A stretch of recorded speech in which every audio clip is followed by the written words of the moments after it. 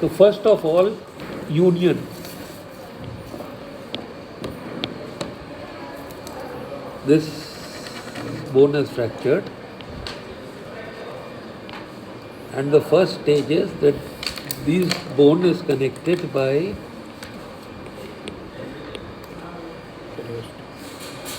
hematoma. So the two ends of the bone are dipped in hematoma. Now what happens that whenever there is a fracture, there are micro movements. There are Microphones.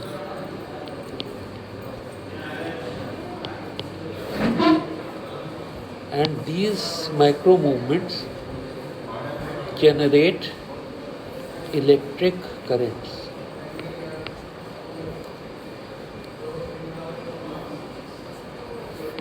And these electric currents are generated by two mechanisms. The first is, if this is the collagen and this is the mineral, collagen and mineral, bone has collagen and mineral. Collagen is responsible for the tensile strength and mineral for the compressive strength. So at the collagen mineral interface, there is exchange of electrons. So there are more electrons here and less electrons here, and because of that a charge develops and currents are generated. So this is called as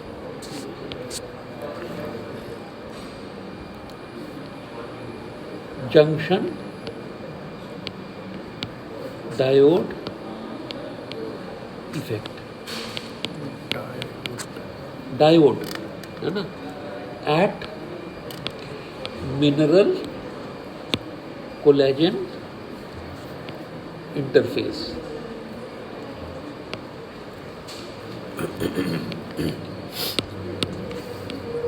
The second way that currents are generated is called as that mineral crystals are usually of a particular shape, and when micro forces pass through them, they get deformed.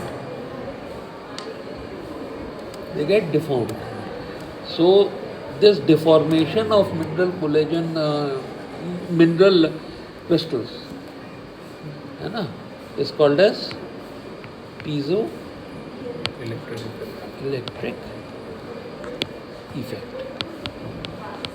Now, because of these electric currents,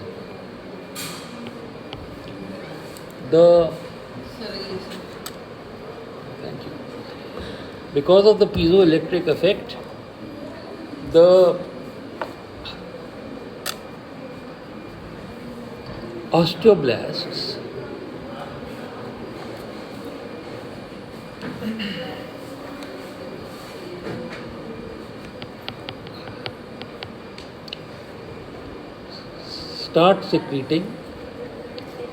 start manufacturing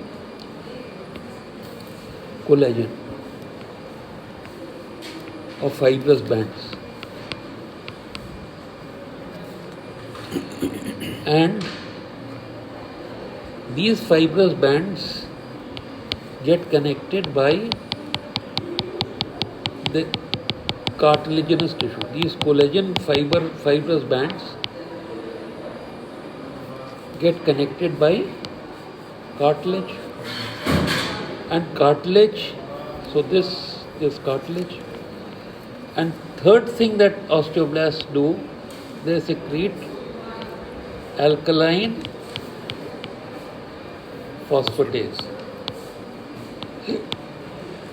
The alkaline makes the medium alkaline, and because of that, since the calcium ionizes in acidic medium, so when there is alkaline, ionic calcium precipitates, and because of the phosphatase, there is increase in hypophosphate, HPO4. So ionic calcium and HPO4 will form calcium HPO4, which is the mineral. Calcium. So this is the collagen to fibrocartilage, and then mineralization. Correct? So this is the process of union as we understand it today. Correct? Classically speaking, there is a stage of hematoma formation, a stage of fibrocartilaginous callus, stage of mineralization,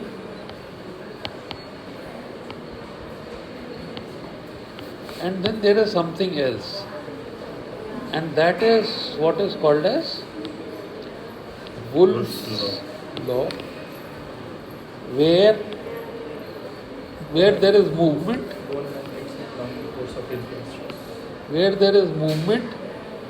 there is mineralization, and where there is no movement, there is demineralization. And this leads to what is called as demodeling. So these are the stages of union of fracture. All right. Now what can be the abnormalities of union? So first there can be malunion. And the commonest malunion that you encounter is malunited supracondylar fracture. So whenever you describe malunion, you must describe on the varus valgus axis.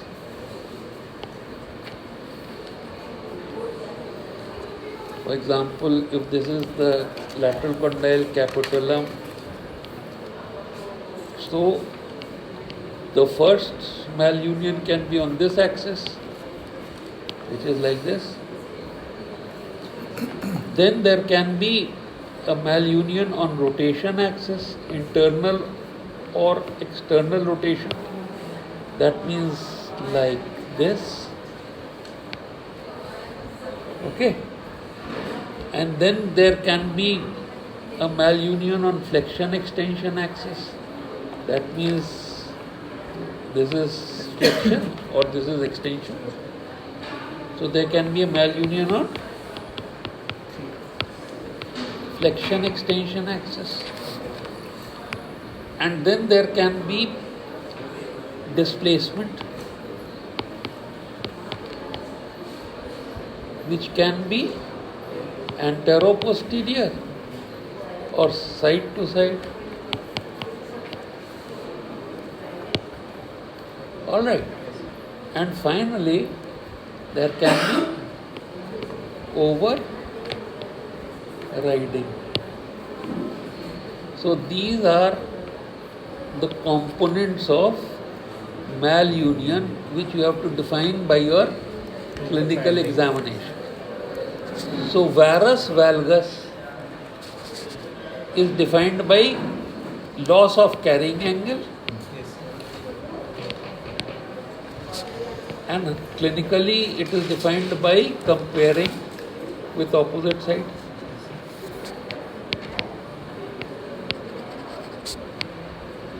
Radiologically, you take X-ray of both sides, epilateral, and compare the angle, carrying angle of both sides.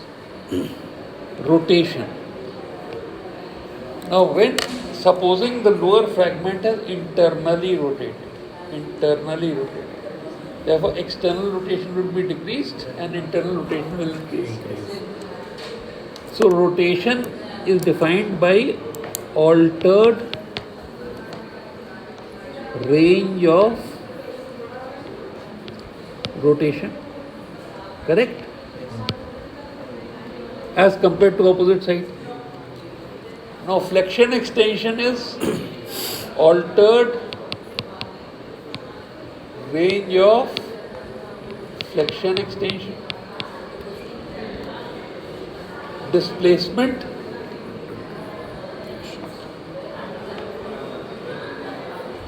really doesn't matter, because displacement is always treated by the model. Displacement aligns by the model. यहाँ और यहाँ था, तो इधर की तरफ का callus strong होता चला जाएगा, इधर की तरफ का वीक होता चला जाएगा, अलाइन हो जाएगा, ठीक है? And overriding is defined by arc length change.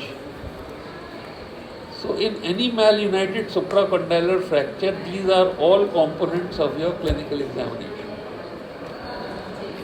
Correct? Now you have to then decide, you have to radiologically confirm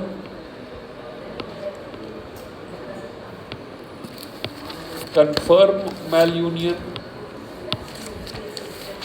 alright, on AP and lateral views. You can see angulation, you can see displacement, alright, you can see overriding even. What you can't see is rotation. Okay? So after radiological confirmation, you decide the management.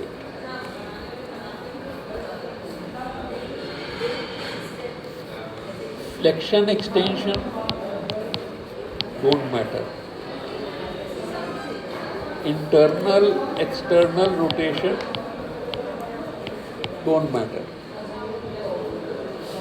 Okay? Overriding upper limb don't matter. Varus does. Okay.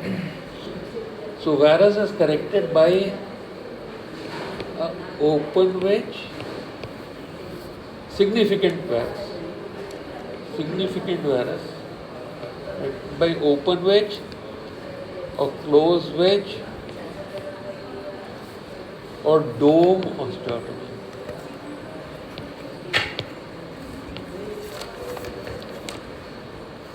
And I told you that if you approach by the lateral side, lateral supracondylar ridge.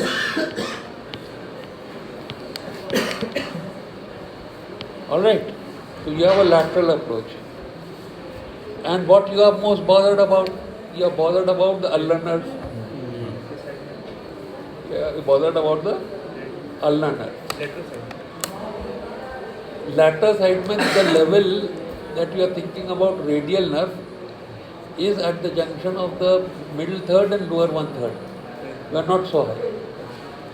Any osteotomy is just above the olecranon. Okay? So, you have determined the angle. Let us say this angle to correct, achieve that 5 degree, the difference between the normal and the affected side. Let us say a 30-degree correction is needed, right? So I told you that tan of 30 degree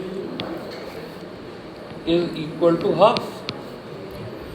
You can understand it also, because if this angle is 60, if this is 60, this is 30.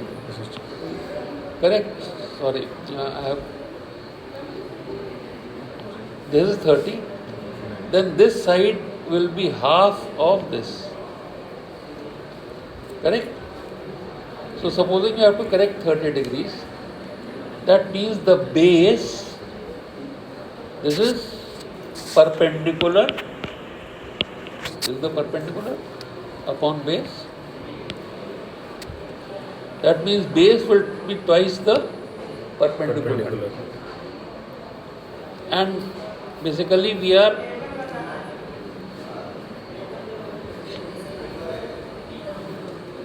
ये कैपिटलम,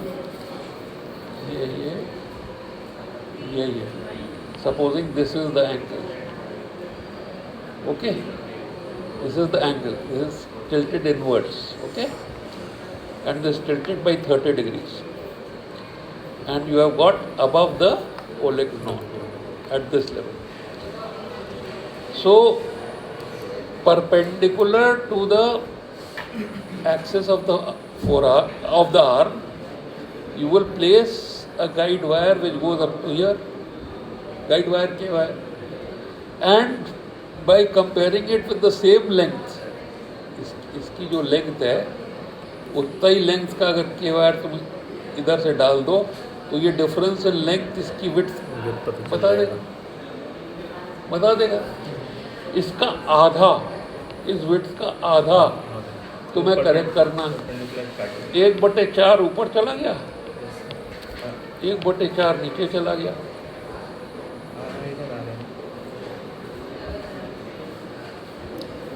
close veg और short में हो गई।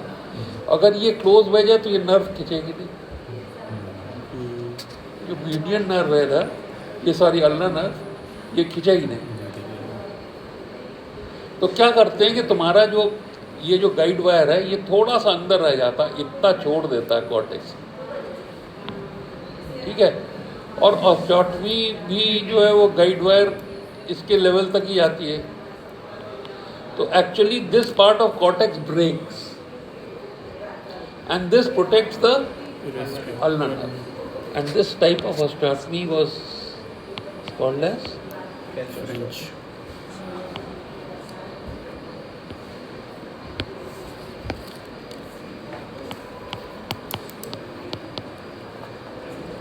So one common malunion that you have to deal with is this. Now one thing more I will tell you, that I was talking about varus and valgus, which is the most important. So imagine that this lower fragment is